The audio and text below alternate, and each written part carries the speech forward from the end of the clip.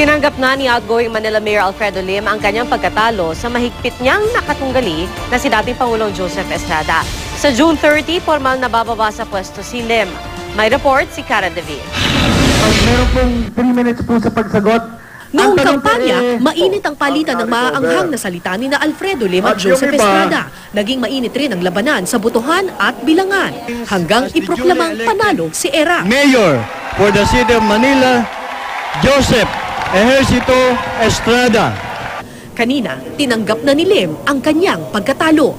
Yesterday afternoon, the COMELEC proclaimed the election of President ERA Estrada and Vice Mayor Isko Dumagoso.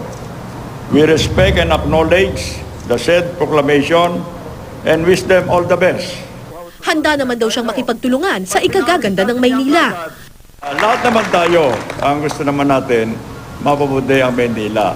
Kaya we pray and wish them all the best in their administration. Thank you. Mahigit 20,000 boto ang lamang ni ERAP kay Lim sa eleksyon. Kaya naman si ERAP hindi na nagulat sa pahayag ni Lim kanina. Formal na bababa sa pwesto bilang alkalde si Lim sa June 30. Kanina, nag-iyakan ng ilang empleyado ng Manila City Hall. Pero ayon kay Vice Mayor Isko Moreno, wala naman daw dapat ikabahala ang department heads ng City Hall. Hindi naman daw nila tatanggalin ang lahat ng tao ni Lim. Kakayahan at hindi kinikilingan ang batayan daw nila sa pagpili ng mga opisyal sa City Hall. Nakapagpatawad na raw siya at sana raw kalimutan na ang mga away ng nakaraan. Kahit na tao sila ni Lim, basta sila competent at may integrity, they will stay. Iyon po ang maasahan nila sa amin. Wala silang maririnig na bengansa o vindictive approach. No?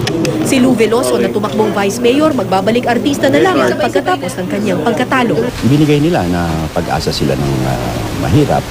So siguro yun yung challenge sa kanila ngayon. And congratulations sa ating Mayor ERAP and Vice Mayor Isko. And may God be with you. Cara David, GMA News.